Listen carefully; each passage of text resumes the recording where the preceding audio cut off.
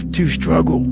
You have to struggle. The bigger the struggle, the bigger the peace. The bigger the suffering, the more peace. What we talked about earlier, there's no fucking finish line. It doesn't exist. You know what's funny about that?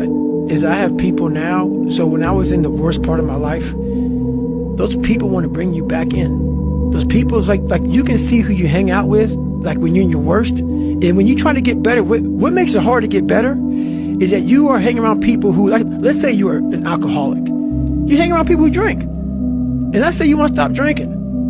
Those people want to bring you back in. Like, I used to be this guy who wasn't worth anything. Now those people who are still there, they're 16, 17, 18, 30 years ago, they're trying to get you back there. So the hardest part, you got to see who you're hanging out with, man.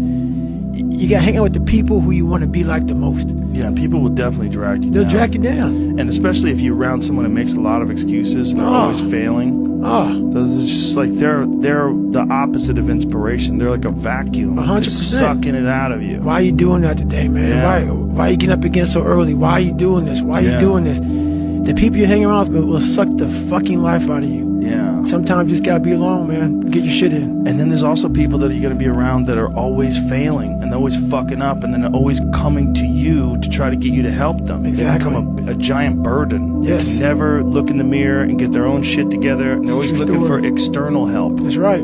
Always looking for a story. People don't want to go in deep, man. All the answers are inside of you. It's a very primitive way. How this book is written, it's primitive. It's very barbarian. It's how we all think.